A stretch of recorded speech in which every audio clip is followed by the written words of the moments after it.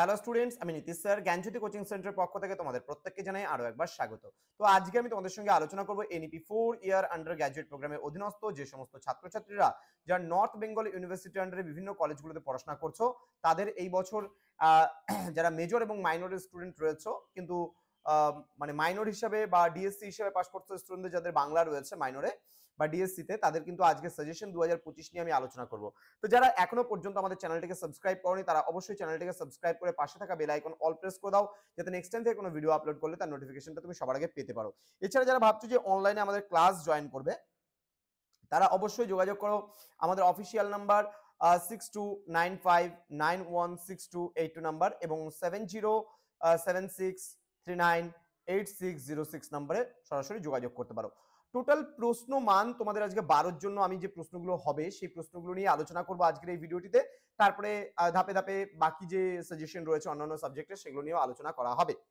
তো যারা ভাবছো আমাদের সঙ্গে যুক্ত হবে, তাদের টোটাল কোর্স ফি রয়েছে 1199 rupees. Major minor all subject নিয়ে যদি পড়তে চাও, যারা মেজরের স্টুডেন্ট রয়েছে তাদের জন্য 1199, এবং যারা পাস কোর্সের স্টুডেন্ট রয়েছে তাদের জন্য রয়েছে কিন্তু কোর্স ফি মাত্র 699 রুপিস।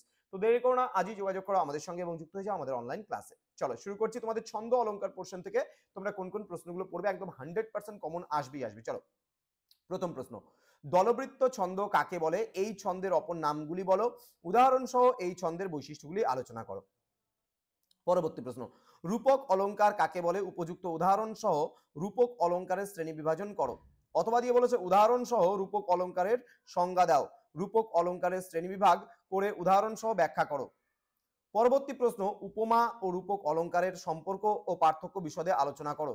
উদাহরণ সহ সংজ্ঞা লেখো। শ্লেষ, অপন্নতি, সমাসক্তি এবং ব্যজস্তুতি অলংকার। পরবর্তী প্রশ্ন, অনুপ্রাস অলংকার কাকে বলে? উদাহরণের সাহায্যে এর শ্রেণীবিভাগ করো।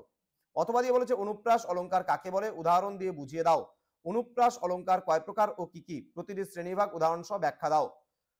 6 নম্বর প্রশ্ন, উপমা অলংকার কাকে বলে? এই অলংকারের কয়টি উপাদান ও কি কি? উদাহরণ সহ এই অলংকারের শ্রেণীবিভাজন করো। অথবা দিয়ে বলেছে উপমা অলংকার কাকে বলে? এই অলংকারের কয়টি উপাদান ও কি কি রয়েছে? উদাহরণ সহ এই অলংকারের শ্রেণীবিভাজন করো। পরবর্তী প্রশ্ন, প্রশ্ন নম্বর 8, মিশ্র কলাবৃত্ত ছন্দ কাকে বলে? উদাহরণ সহ ব্যাখ্যা করো। এই ছন্দকে ছন্দতাত্ত্বিকগণ অন্য কোন নামে অভিহিত করেছেন তা আলোচনা করো, বা এই ছন্দের বৈশিষ্ট্যগুলি আলোচনা করো। পরবর্তী প্রশ্ন, অমিত্রাক্ষর ছন্দের সংজ্ঞা দাও।